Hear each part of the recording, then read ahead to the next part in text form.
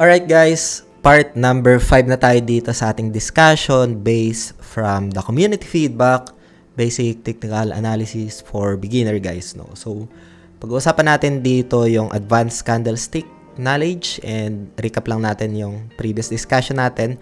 We just discussed nung part number 4 yung how to read yung price action of any markets no para ma-determine yung strength and weakness nung isang price action. So we just discuss yung slope ng impulse move getting flatter, candlestick bodies getting smaller on impulse waves. This one is on the downtrend scenarios and the slope of corrective moves getting steeper, and sa upside scenario naman candlesticks bodies getting larger on corrective moves guys no. We just also discuss yung candlestick patterns, yung wick, length of the wick, size of the body, close of the body candle, and today pag-usapan natin yung advanced candlestick knowledge that nobody talks about. So, before tayo mag-start, kung hindi nyo pa na-like itong video na ito, please like this video first and subscribe yung YouTube channel natin for more insights, ideas dito no. So, advanced candlestick knowledge, I used to get excited when I spotted a candlestick pattern that I memorized. Like, if I look yung shooting star, the market is heading lower for sure. And nagkaroon ng rallied for like 300 points. Now, instead of copying and pasting what individual candlestick means, share natin yan dito sa video natin today. Kasama yung pin bar, rising tree method, wide range candles, and narrow range candles guys no. So unahin na natin yung pin bar kasi if ever na naked charting, price action lang, sobrang laking bagay itong pin bar guys no.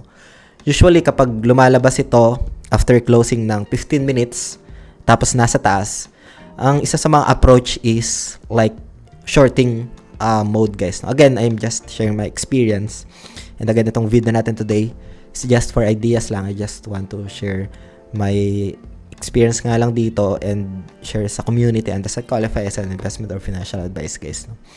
So yung pin bar is one of the reversal pattern na tinatawag no. It was first introduced ni Victor Spirandeo, which is meron siyang book ng Trader Vic, Methods of Wall Street Master. So the key takeaways dito is about the pattern ng price rejection no. So yung bullish pin bar, we observe this one, parang hammer siya. Small yung body candle niya with long lower wick no, as we observe dito, showing rejection of lower prices after ng bearish candle. So lumabas siya dyan. After that is a bullish candle no. So we can just cross validate naman yan sa chart. Just because you see a bearish pin bar doesn't mean the price is going to trade lower. So sa bearish pen bar naman yan, yung small body candle with a long upper wick showing rejection of higher prices guys. So for this one, as mentioned kanina, if ever na merong tayo nakita na ganito from a bullish candle tapos na-reject, there's a probability na magkakaroon siya ng bearish candle guys. That's why yung karamihan, they tend to short and then take profit below this previous bullish candle no. Yun, as mentioned nga dito, hindi porket na nakakita ka ng bearish pin bar doesn't mean na yung price is going to trade lower guys no. In fact, it's usually just a retracement lang within a trend. So hindi siya nagko-continue. Kaya yung pinaka-take profit dyan yung previous lows or itong previous low nitong bullish candle na to no. So they tend to enter here and then take profit lang. Kasi minsan, it's a small retracement lang tapos babalik ulit sa upside. No? So this one is only an example lang based from the experience. Now, i-check natin dito for the 4 hours time frame. No? We observe this bearish pin bar. Ayan. Kakaroon siya dito ng retracement. After that, ay nagkaroon ng pagbagsak ng presyo guys. No? But let's take a look here kasi minsan binabalikan pa yung price action yan. So, punta natin to. If uptrend yung pinaka scenario and then lumabas yung bullish pin bar, you need to ask for yourself no kung saan ba siya lumabas. sa resistance ba? Kasi kung sa resistance, may invalidate yung criteria mo na pwedeng tumaas, no? And kung sa support naman, that's a good criteria. I think it's an A+. That's the time na you take positions for long. Ganun yung mga scenario. In the downtrend, only trade a bearish pin bar at the area of resistance. So just like, for example, this one. This is on the resistance and nagkaroon siya dito ng retest and then bumagsak yung price action. And if ever na ma-confirm natin yung pin bar nasa resistance, that's the time na we can just contest the short positions. So look at this. This is a bullish pin bar. Sa support siya nagkaroon ng confirmations, no. After that downtrend, like this one, downtrend, tapos nagkaroon ng bullish pin bar, tapos na-confirm siya dito sa support. So this one is a good confirmations for an uptrend for taking long positions, no. Bearish pin bar, we observe a bullish and then nagkaroon ng bearish pin bar sa resistance area. That's the time na we observe that the price could potentially go downside, and that's the time na we can go short positions, no. So yun yung mga criteria. Maybe we'll discuss for the next coming videos yung moving average and VWAP, EMA, and super trend for cross validation. Kaya make sure to subscribe and like this video, guys, no. So yun, rising 3 method, pag-usapan natin to. Maganda rin ito dahil diniscuss ito or in-introduce ito ni Steven Nixon doon sa kanyang Japanese candlestick charting techniques, no. The main idea dito is yung continuation ng trend, no? Like for example, we observe rising 3 method, isang bullish trend continuation move pattern ito na nagkakaroon ng bearish 3 candlesticks acting as retracement in an existing trend, signaling the bulls are back in control, just like what we observe here. We observe a rising 3 method and then nagkaroon ng bullish candle, closes higher, so that means that the bulls are in control. Next one is yung falling 3 method naman. Yan yung bullish candle, tapos we observe a bearish candle after that, guys, no. So this is a bearish trend continuation move with 3 bullish candle, just like what we observed, acting as retracement sa existing trend. Then a bearish candle closes lower, signaling the bears are back in control. Like for example, this one, karoon siya ng falling 3 method and then the price moved to the downside, guys, no. So for this one, meron tayong example like bullish pennant as variation ng falling 3 method, no.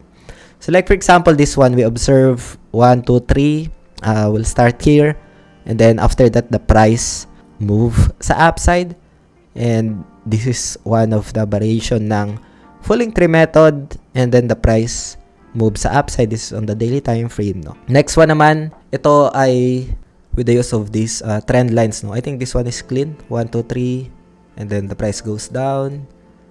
This can be considered, but this one is clean, 1, 2, 3, price action goes down. Alright, so I think this one, it's added an error, but we'll check sa wide range candles dito. Like for example, due to strong imbalance of buying and selling pressure, candles would form a wide range dito, guys, no. So this represents ng hidden support and resistance in the markets, otherwise known as supply and demand by some Satan. So there are traders who swear by supply and demand and some who do just fine with support and resistance, guys, no. So like for example, this one, we observe dito ng series of bearish candles, guys, no. And then I think if I'm not mistaken, this is a resistance zone. If we plot and then the price goes down, and then after the bounce from the support zone, we can observe a series of a bullish candle. Again, you don't want to trade them isolation, but instead you want to use them with other technical tools that add confluence to your trades, guys, no. So yeah, I think we have this volume as well, just for the confluence lang. For this one, this is actually a bearish price action. It's an engulfing pattern nito, that's why the price goes down. And for this one as well, nagkakaroon siya dito ng consolidation within that zone. After this bullish candle, the price move sa upside. So this is basically a demand zone and the price moves to the upside, guys, no. So this is one of the example of hidden support, itong zone na to. And next example tayo dito is narrow range candles. So for the narrow range candles, halos kaparehas lang ito nung na-discuss natin nung una, no. Meron lang observations ako dito, like for example this one, nagkakaroon lang siya ng range and uptrend yung kasunod niya, nagalaw, guys, no. And then range ulit and then uptrend. If there is a sudden range expansion in the market that has been trading narrowly, we just observe this one sa price action ng gold, and then the price hits 5k territory ng gold after this expansion. Ang dami rin naiinip dito, pero if you're patiently enough, you can contest and it's gonna be worth it once you observe that kind of price action, guys. So yun, hope you get some insights, updates, and ideas dito sa video natin, itong 5 video natin na playlist. And for sure, ang dami pa ako dito hindi na-discuss: mindset, price action, psychology, other invalidation pala sa price action, or other confirmations, indicators such as VWAP, super trend. Discuss na lang natin sa Discord, and feel free to comment, guys, kung ano pa yung gusto nyong makita dito sa ating YouTube channel, technical analysis, yung specific. Ito is just an introduction, a refresher lang for the beginners na gusto mag-run ng ideas sa basic technical analysis, guys, no. Yun lang for today. If you find this video interesting, please like this video and subscribe yung YouTube channel natin. Maraming salamat ulit sa panunood, and kita tayo sa next video upload natin, guys, dito sa ating YouTube channel. Chon Trades out. Bye for now.